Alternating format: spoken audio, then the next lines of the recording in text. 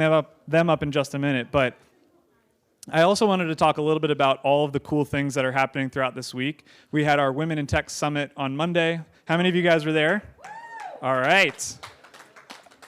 And so we're having tracks every single day in this space and in spaces all around town. And SAP as a partner has been right there with us. So Vanessa Liu spoke on Monday at the Women in Tech Summit. She keynoted there. We had a really awesome session this morning with Vivek and in the marketing and branding session over at the Riveter. And there's tracks happening all throughout the week. They have their Sustainable Communities session on Thursday. And I think I'm forgetting one, and that is the Social Impact track that happened today with Janice. So lots of really cool stuff happening throughout the week. If you haven't had a chance to talk with them, I encourage you to meet with them and learn more about what they're doing. And so, speaking of, we're going to have Josh come up here in just a second and introduce our panelists for the Fireside Chat. So with that, I will turn it over to Josh Baer. Awesome. Thanks, Sean. You clicking me? Great. Well, welcome, everybody. So glad to have you here, kicking off in the middle of Startup Week. And it's been a great week so far, and really excited to kick off this Fireside Chat with all of you. And so I'm going to invite up our two guests. We've got Ram Jambanathan, who is the SVP and Managing Director of SAP.io, which you're going to learn a bunch more about tonight. He also does corporate development as well. And then also Natasha Frank, who's the founder and CEO of Eon from New York. So two of you could come join me up here. We give them a round of applause. Yeah. All right, great. Little shuffle. Awesome. Well, thanks so much for coming out for Startup Week. Startup Week for us is all about celebrating all the great things that happen every week in Austin, but it's always extra special when we have guests come from out of town. So thanks for helping to make it extra special. Who here is at Capital Factory for the first time? A couple of you. Awesome. Who's at Startup Week for the first time? A bunch of you. Awesome. Who already knows what SAP.io is? Some of you. Okay, good. All right, at least we're in the right place. Great. Well, I've been learning a lot more about it too, and we're excited to share a little bit more about it today. So let's jump right in. Ram, you've been at SAP for quite a while, and you're at McKinsey before that. But before that, you had some startup experience early on too. So just to give you a little startup cred, can you tell us a little bit about what kind of got you there before that?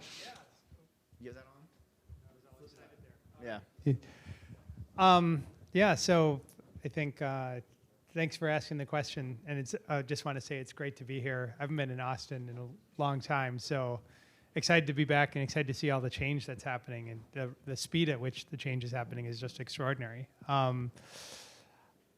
My startup journey is a little bit different space. So I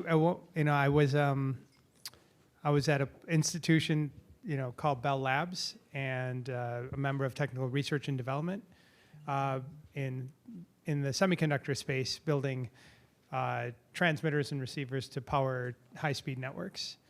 And through that process, I got really interested in the idea of let's look at all the infrastructure around me and wonder what it would be like to take down that type of undertaking and build something and create something like this myself. So.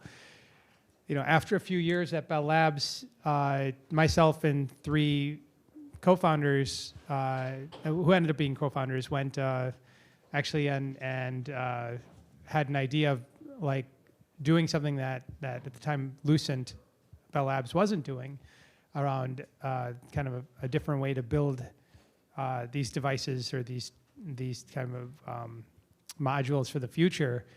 And so we went. We first went and visited one of my colleagues' professors, who then, and it's all about networking, right? So then we didn't know the first thing about raising money, to be honest, except one of the four of us had actually spent some time at a small public company that then became a big public company, which was the closest any of us had done startups besides the friends of ours. And they connected us with another gentleman who then connected us with another gentleman who ended up connecting us with somebody who was at Sequoia Capital. And then, so it's kind of this myriad of connections. And then from Sequoia, we then got introduced to Greylock, and then from Greylock, we got introduced to U.S. venture partners, and on and on and on. So we ended up raising money to basically build a company from Greylock, Sequoia, U.S. venture partners. And it's funny, when you get that type of intensity, then, and when people hear Sequoia's investing, then you get all these calls out of the blue saying, just name your terms. We don't have to do any diligence. We're just interested in coming in. So it was an odd time.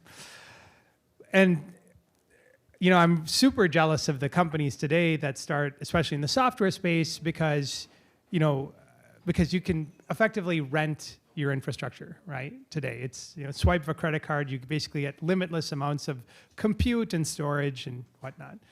But a decade or more ago, you actually had to build your own infrastructure. And so in the hardware space, in the semiconductor space, we were given money, but we had to build our own fab. So we built our own semiconductor fab. We built in Allentown, Pennsylvania. So why Allentown, Pennsylvania?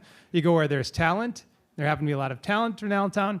And also the community was used to companies that would be using hazardous gases, right? So, and when you're in semiconductors, you're working with gases like arsine and phosphine and chlorine and things that if something bad happens, you're really something could blow up, right? Like a building or something like that. And we were located and we set up shop. We retrofitted a warehouse and set up shop really in a residential neighborhood. So it's we're kind of lucky. But nothing like that. blew up, right? What's that? But nothing blew up. Nothing blew up. Okay. No, I'm still here. So it's a good thing. And so, it's a different time, but we had to build our own fab. We built our own our own basically production and testing facilities and everything in our own design, right? So end to end. So, in contrasting to today,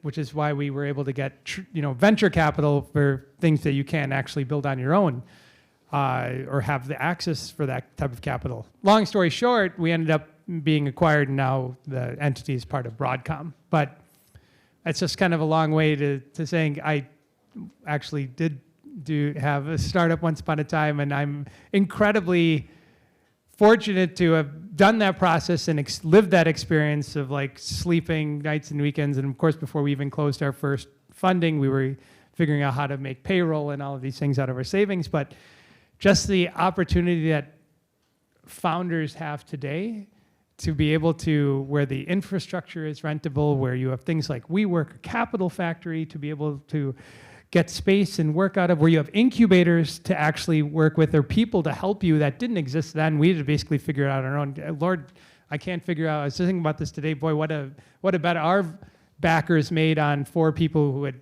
really never done any of this stuff. It's really, like they say, a bet on founders. And yeah, that was a long story short. And there's a lot of interesting, colorful sub-stories within that.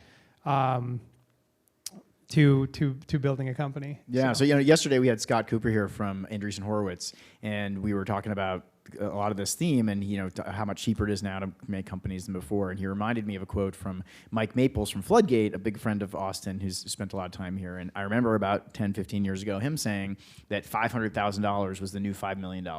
And it was exactly this theme of, wow, it used to be you needed $1 million for hardware and $1 million for software and $1 million for the New York Times ad and $1 million for marketing, and all those costs have gone away except for people, which we still got.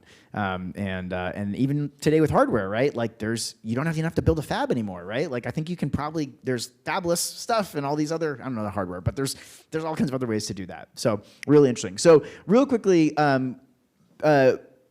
what's your role now at SAP? So managing director of SAP.io. We're going to get into SAP.io, but what's your kind of scope at SAP? Yeah, so my scope now is kind of a bit of a dual role. So I'm head of corporate strategy at SAP, so purview across cloud and application strategy, go-to-market strategy, different other topics like some aspects of platform strategy. So kind of a purview of the different important topical areas when we think about SAP as the products it builds across, technologies, applications, platforms. And you run a venture fund too. Yeah, I'm as part of IO. I'm also head of our early stage investment fund. And pretty active. You told how many investments do you make on what kind of pace? About 3 every 2 months. 3 in every early 2 stage months. startups. So and then we. Did you bring your checkbook? Yeah, well, now with I don't have to. I'm a little hipper than that now. I can do like you just wire it. Venmo Okay. people money. Yeah, Yeah, it's Square. Just go. All right. Awesome. Well, we're going to get more into that. But Natasha, let's jump to you for a sec. So what is Eon? Well, Eon is an SAP IO baby. And we are a digital identity company. And basically, is anyone familiar with digital identity? So we basically make digital twins of physical products. So that means that we make... That wasn't what I first thought of. I thought this was like my ID card or something. No. We basically make a digital profile for an item. So let's say this product, right? How do you connect this product to the internet? How do you ID this product? How do you access information about this product? And basically, I didn't start out to make a tech company or really an enterprise technology company. I was really interested in sustainability and circular economy and actually systems for recycling. And that led me into how to design a global system for recycling. And in order to do that, you need to ID every product. So I backed into enterprise software. And so, but what's the commercial? Why do they want to track every product? Is it so that they can... Is it so I know this product so then I can go like link it to commerce and buy it? Or is it to actually like track the product where it goes and when it's out of life? And well, that's a great question. So there's basically multiple different value propositions for brands and retailers to digitize products. One is production to point of sale, being able to manage that product in their supply chain, inventory management, omni-channel strategy, all of that intelligence that goes into operationalizing production and sale. And then basically today, brands and retailers lose all information about products the moment that they're sold. And as brands are looking to support new business models, whether it's rental, resale, digital wardrobes, understanding of their customer, a more personalized relationship, all of that requires that they can ID that product and also connect that ID to a customer's profile to enrich that relationship. So we basically, our focus is that we create one identity that supports all those different applications. So by creating one product ID, brands could power their rental, they could power their inventory management, they can use that same ID for resale, for recycling, for digital wardrobe. So it's about designing that interconnected system, and that's what we help them do. awesome. And so when you were getting funded, did you also have a bunch of friends that introduced you to somebody at Sequoia? I regretfully did not. No, you Not didn't. yet. How did you? Yeah. Are you funded? How did you get? I wasn't in the semiconductor space, which No. sounds very cool. So basically, I was with another startup before, and we were in smart cities and IoT for future urbanism. And basically, I took a little bit of money out of that and self-funded Eon, mainly because I was actually too afraid to seek venture and to go that route. Like took money out like that you made or like money laundered it out? Yeah, that I made from Okay, that just company. checking, Yeah, just no, I checking. just stole it. Yeah. That would have been. Well, I just, that you would've know, been ideal. kind of sounded kind of funny, but okay, gotcha. Yeah. Assume the best. And then when I was in the early days, actually, I was with a New York Fashion Tech Lab accelerator. And they said there's this company, SAP, and they're an enterprise tech software company. And they have this accelerator, and it was just down the street from my house, and they were offering free office space. Okay, you're jumping ahead to my next question. Okay, we're going to come back to that. So, Ram, what is SAP.io and why? Because this, and honestly, this was I was like, what? Why does SAP want to work with startups? It's a good question, and I think one we're often asked about. First of all, let me just ask this. How many people in the audience know what SAP is? Forget about IO. Like, let's say people who aren't SAP employees. Can I? Uh-oh. Okay. Well, actually, a considerable number of people. So I would like. How many people have logged into an SAP system? Okay, most of the same ones. Wow. Okay. All right. Yeah. Maybe the number would be higher if they know SAP. Concur is part of SAP. Oh, see, you don't even. See, the problem is they probably are logging into SAP and they don't even know it. Yeah. Yeah. I mean, I gave a talk a couple of years ago at this design summit for Wharton, Yale, and Columbia students, like this joint summit. and I asked how many people knew who SAP was of these MBA students, and one person raised their hand. Right? So I said, well, at the end of today's talk, at least 2 of you will know what SAP is, right? Well, last night, I think Paul told me that like some ridiculous number, like 60 or 70% of all global transactions go through some part of one of these systems. I think it's like 80% now of global 120%. Transactional revenue touches an SAP system. It's somewhere along the way, it's kind of inescapable. Yeah. Okay. So why do you want to work with startups? So because if we think about where SAP played historically, we've worked with larger entities. Even when it comes to quote unquote startups, it'd be kind of later stage companies, right? Where the trends have already been kind of established. If you think about a Series C or a Series D company, those companies generally got off the ground with, some few exceptions, maybe 6-8 years prior, right? That's when the trend was really being established. But when we look historically at companies that have been consistently successful over a longer period of time, it's because they've always had their eye on the front foot of innovation and understood where disruption may be happening. And so back in 2015, when we were working on kind of the 2020 growth strategy for the company, we realized that we needed to think about, how we were going to continue to have our stay on the front foot of innovation. And because we realized that we needed to really think about, what the future would look like, especially as, the API economy was growing, we needed to also think about how we could incubate or support or just stay closer to innovation. So that's why we started I/O, was to have a vehicle to accelerate and innovation and explore new business models on behalf of the company. So not only would we stay on top of trends for ourselves and our customers, we could also avoid disruption and understand where new areas we could look at to potentially go into or not go into. So you're not just doing this to sell more SAP stuff? No. This is not about selling more SAP stuff, certainly not in the short term. Not that you don't want to sell more SAP stuff, but... I mean, if we think about, the approach that SAP and SAP I/O take, which I'll share with you a little more, it's not, we focus on what's going to be in the long-term interest for our customers, what's going to help them get the most value out of the investments they may have already made in SAP or intend to make in SAP. And increasingly, a lot of that, when we think about our customers who have invested in digitization for decades, perhaps, who have now access or visibility to all of this new data as they've digitized business processes, they're asking what's next. They're asking for help, and they're coming to SAP for that advice. And much of when we think about the new innovations that are happening in areas like machine learning or blockchain or IoT is really most prevalent in the startup world, especially in the early stages, because that's where a lot of the expertise, the subject matter experts like Natasha actually are today.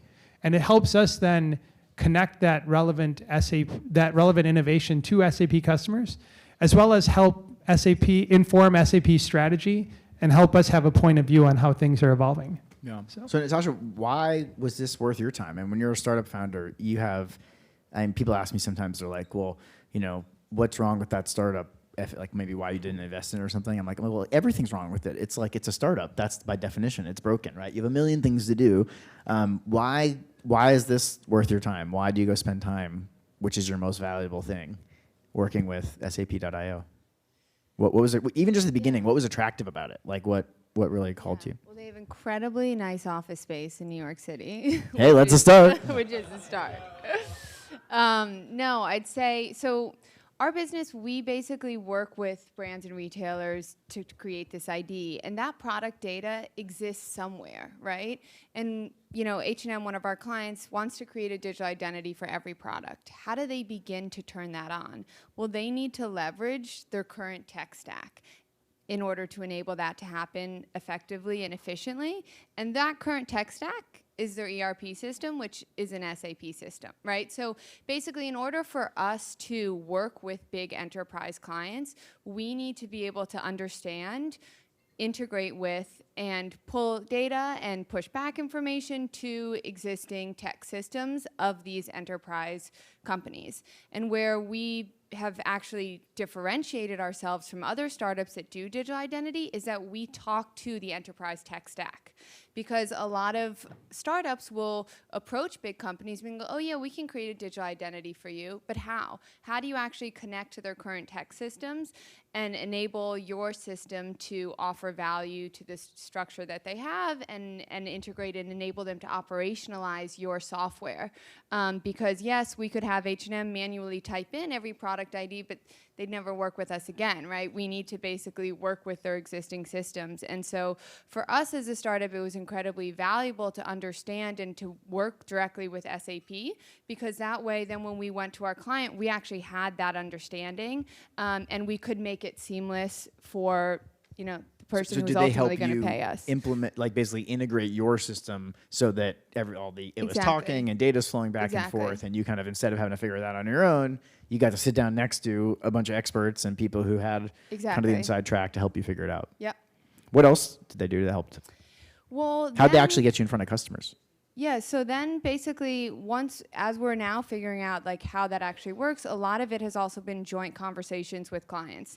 So for example, like a Levi's that comes into SAP, like who runs on that system, we can actually position our product as an extension of, right? So if you're within SAP ERP, SAP says, oh, if you want digital identity, we could turn that on with this startup within our platform. So basically by working with SAP, SAP has a huge, I think you guys make like 80% of the world's denim or something, so basically the reach for us in fashion apparel and retail to be able to have that network. We're all wearing jeans. Yeah, we're all wearing jeans. Yeah. Yeah, we will get to it in just a minute. Thank you, though.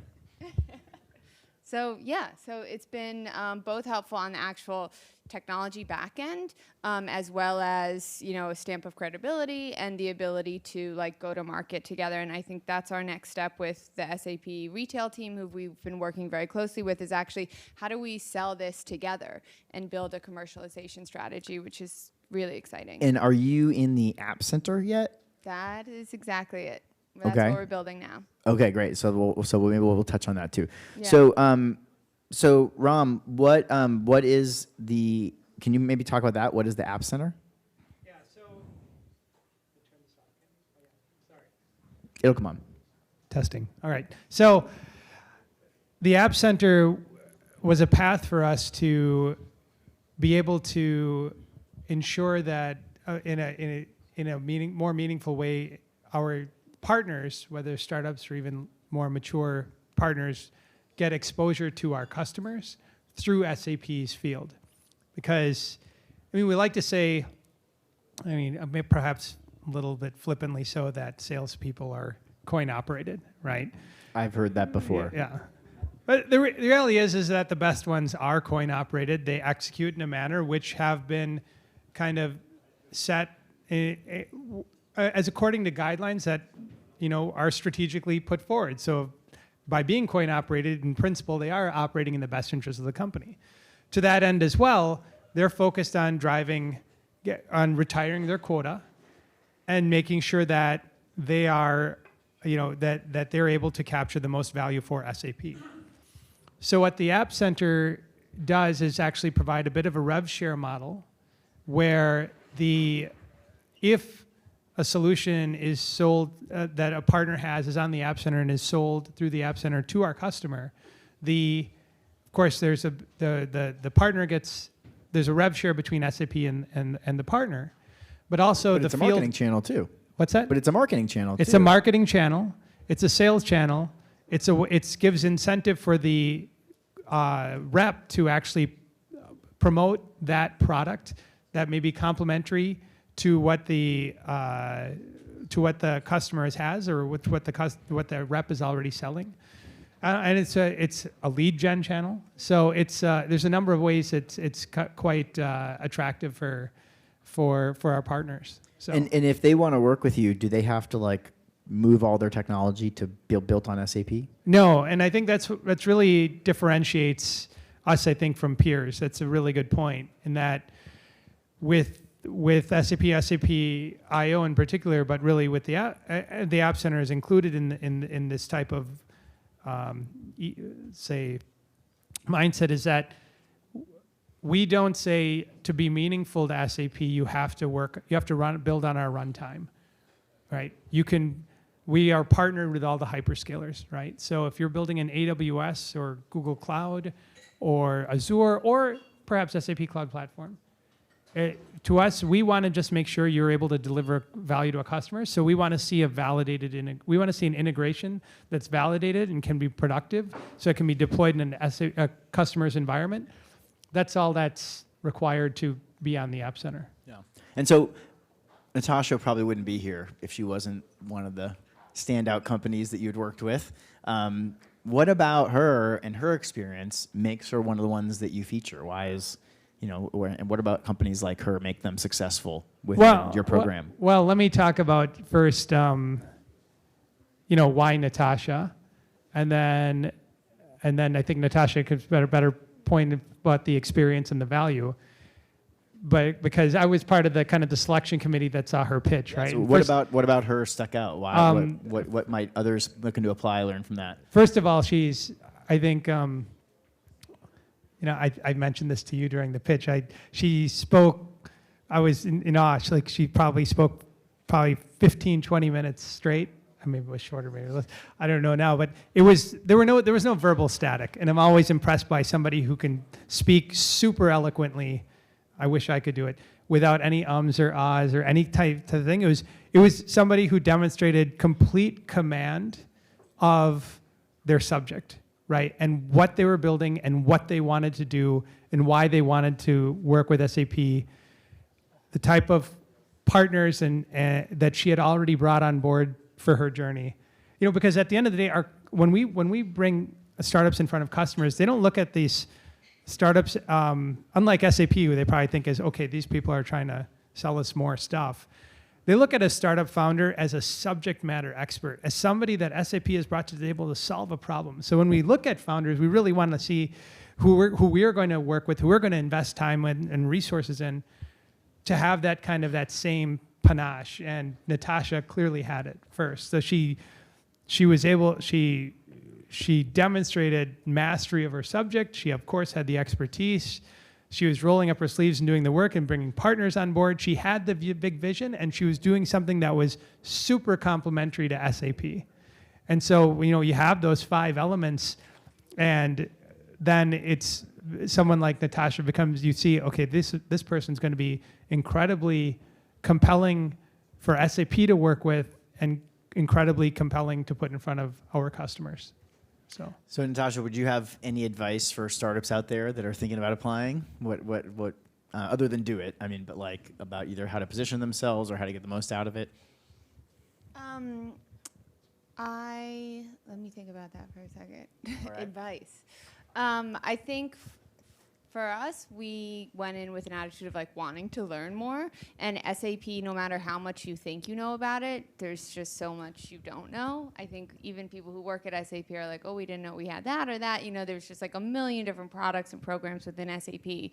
So the more that you can do to kind of understand where your product or offering fits within the current enterprise tech ecosystem and research on SAP, I'd say is really valuable.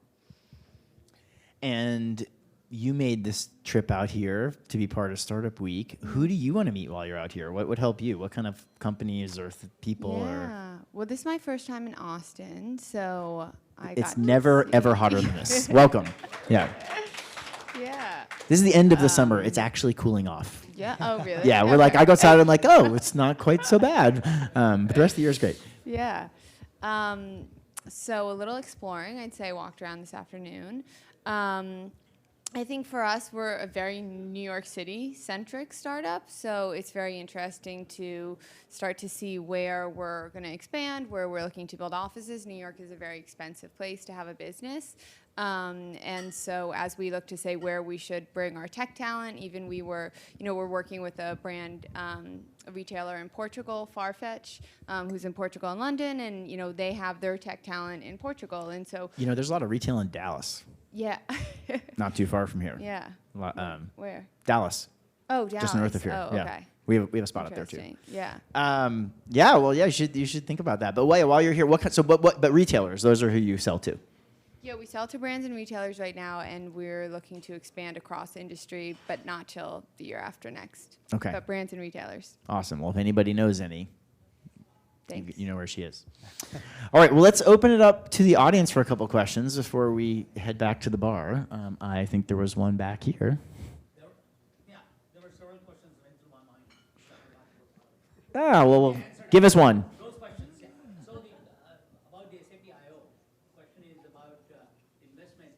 Any kind of a startup has to have some kind of a complementary to SAP, or does it have to be just innovative product that is out there? It should be complementary to SAP because that's what's interesting to, I think, our customers. That's So what's going to something be. that many of your customers would like. They'd have to look at it and be like, yeah, a lot of our customers would want this too, right? Yeah, we look at for something which is going to, it's going to be kind of the more straightforward it is for our customers to absorb, the better it's going to be for our customers, and then the better it's going to be for the startup ultimately, right? So we, Second and last question I have. yeah. Something like blockchain, for example, 8 years ago it was not thriving so much. If a company that started a blockchain some time ago, but they just did not find traction in the marketplace, but now it's booming. So something like that can be brought back into SAP IO. Yeah, no, certainly, potentially. I mean, I don't know if it's taking off now yet in enterprise, but but yeah, I mean, Lots of startups are 10-year overnight successes. Don't worry. So this is for Natasha. Have you ever thought about doing something else besides fashion for sustainability? Yeah. So. Furniture, automotive? Yeah, exactly. So we are actually now talking to a few major furniture companies that are looking at the same kind of business model innovation that's happening in retail. So renting of furniture, that take back process, all of that requires kind of an extension of the current tech stack, or like an extension of the ERP, which is where we come in to like ID those products. So furniture is one that we're looking at, CPG, as well as now some electronics, digitizing those such that they can be managed in resale. And yeah, there's a couple different industries too, but furniture is definitely a big one. So I'm one of those coin-operated guys that you were talking about. I not an love insult. coin operated guys. By the way, people. I emphasize two things, right? And perhaps are a little bit interrelated. I always say that good sales beats great tech. I always say good sales beat great tech in enterprise. That's just how it goes. And so secondly, and there's a lot of emphasis, and rightfully so, on how hard it is to find developers. It is way harder to find good salespeople.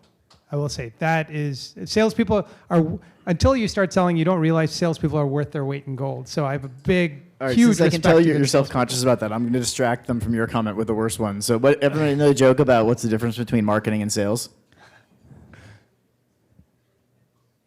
Marketing knows that they're lying. So please continue. I just All right, had there to you get my love for I took sales the heat right off there. you. Yeah. You're fine. I think you may have answered half my question. So getting involved with startups is something that I've been really passionate about for the last better part of a decade. And I'm in the earliest stage one currently. And I'm just curious as to kind of how to navigate that, because I don't believe I'm a good manager by any means. I'm good at managing my own book of business, not people. So I was just curious as to like kind of what you think as a salesperson. Do you just go in, be okay with a certain amount of stock options, negotiate that, and then just kind of run with your book of business? Or like, how have you seen salespeople navigate well through the growth with the company, kind of and offer value aside from just retiring their quota? That's a good question. It's a great question. I think there's multiple answers. I'll let everybody pitch in. Maybe folks from the audience have a view. I'll share my personal view. Yeah, go for it. I think there's multiple roles for potential paths for a salesperson at a startup. At an early stage startup, I'm never a fan of kind of hiring not so much the VP of sales who comes in first. at the end, at the early stage, you need killers. You need people who are going to go out there and close deals and close deals and close deals. And maybe that's all they want to do, right? And either they roll on to the next company after as the company grows and maybe it's not exciting for them anymore, or they stay in that role and continue as a killer, and maybe there's more levels of management that are put in above them as people who can manage sales processes and so on, but you're happy managing your book, that's fine. I think I think where startups struggle, founders struggle, is hiring, knowing who to hire, knowing what the signs to hire, and this is one of the reasons I think that second time or third time founders are better in terms of the mistakes they wish they would have avoided the first time around, is knowing who to look for in sales and knowing when to part ways early enough, frankly. So that's kind of both sides of the coin there. But when it comes to your own path, like if you're happy managing your book of business and that's what you want to do, then you should do it, because there's a lot of small companies who need that type of person, especially to help get off the ground. And those, frankly, when I see in the Valley, but not only there, but other places, you can basically name your price if you can do it. So what's your growth strategy at SAP.io? Like, are you looking to buy similar companies to Eon and have more like inorganic style growth, or are you looking for really good SAP partners that you're growing through your customers? What's that kind of look like at your company? a couple things. So maybe I should talk first a little bit about the structure of IO. Yeah, that'd be great. So That was loud. let me just take a step back. So IO is like two parts. There's the fund, which makes direct investments into early stage startups, maybe seed and Series A. And then there's the foundries, which are a global network of programs for startups like accelerators that we have going now in 8 locations. In the US, it's San Francisco and New York. In Europe, it's Munich, Berlin, Paris, and Tel Aviv. And now in Asia, it's Singapore and Tokyo. And that second approach is with the foundries is actually quite interesting, because that's the program Natasha was part of in New York, where it's kind of cohort driven, so 3 to 4 months at a time, where the startups get to work out of an SAP facility during the program, and then afterwards, if they can stay longer, they receive kind of mentorship, like curated mentorship, opportunities to meet and collaborate with SAP customers, and then accelerated support in helping them integrate to SAP technologies, and of course, then learning about all the different facets of SAP, but we don't take equity there. So it's an equity-free approach. So there's just kind of those two models. Our approach is really then, either side, is really to help cultivate a new class of a new ecosystem, an intelligent ecosystem, you can call it, because in the application of ML and AI and all these things. But we want to work with the rising stars of that ecosystem and get close to them, because I think we really see our future going the way the ecosystem goes. We're really focused on ecosystem-led innovation, ensuring that because our customers have told us, hey, we depend on SAP to deliver the core complex services that it takes to run a business. But we're not going to wait for you to deliver everything, nor do we think you should deliver everything, right? You are very good at solving this. Startups are actually very good at solving this. Why don't we cannot afford to wait if we want to continue to win in our industry. Therefore, we kind of also have a mandate to connect these startups and work with these startups and help them grow so our customers can be successful. When it comes to what is SAP looking at this, of course, we want to help our customers become successful and get value. We want to help the startups get benefit. We want to bring back understanding to SAP in terms of where the technology trends are heading, where business model value creation is happening. Help, foster and grow new type of partnership models. Maybe acquire over the long term. Frankly, I don't think SAP is very good at, or has an established track record in acquiring small companies the same way it does as acquiring companies at scale. So I don't think we're necessarily the best acquirer in general for small companies. I think what we're very good at doing is helping companies that have a product scale. And at the end of the day, if our customers are successful, then we are successful, and that's the role that IO is playing here. So Awesome. I think we have time for one more question. Quick question. So what's SAP's plan in terms of building a business process, back office, cloud process for startup? I.e., Oracle has like NetSuite. And in my opinion, I believe that if you're a startup, it's best to, when you're starting, to automate your process from the get-go. It may cost you a little bit more, however, it helps you scale. Especially right now, you have offers like your HANA, you have to be really like huge to be buying those. So if you're doing like engineering design, you guys have great products for like integrating like AutoCAD or this process. So for us startup, do you have plans or is there a pipeline near in the future that has those cloud processes that perhaps free because we prefer free and we scale based on the product?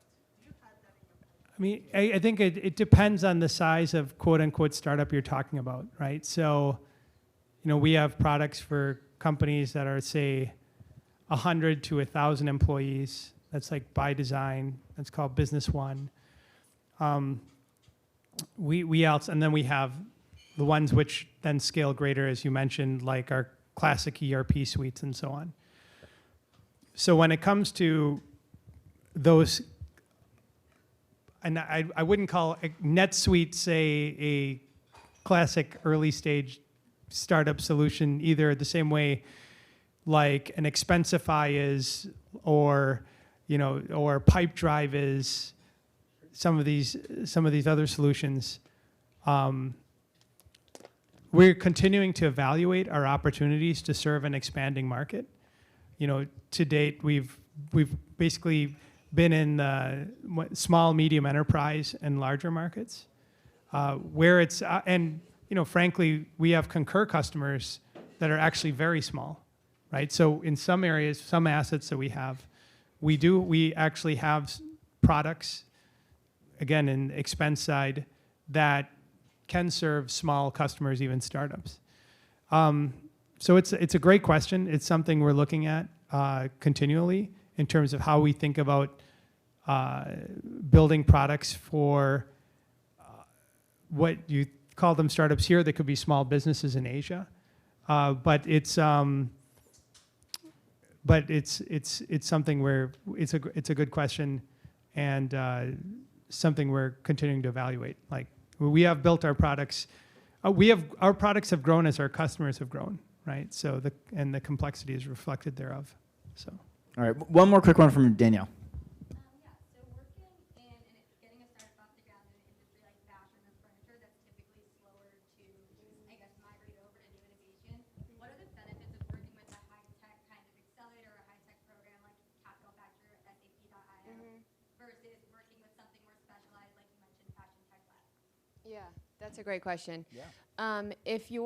For us, we found that from industry-specific accelerators, they were great for a quick win or a pilot or kind of a small showcase of our technology, right? So through like a New York Fashion Tech Lab, we're able to start working and iterating, create like an MVP with a brand, right? And illustrate what the pilot could be.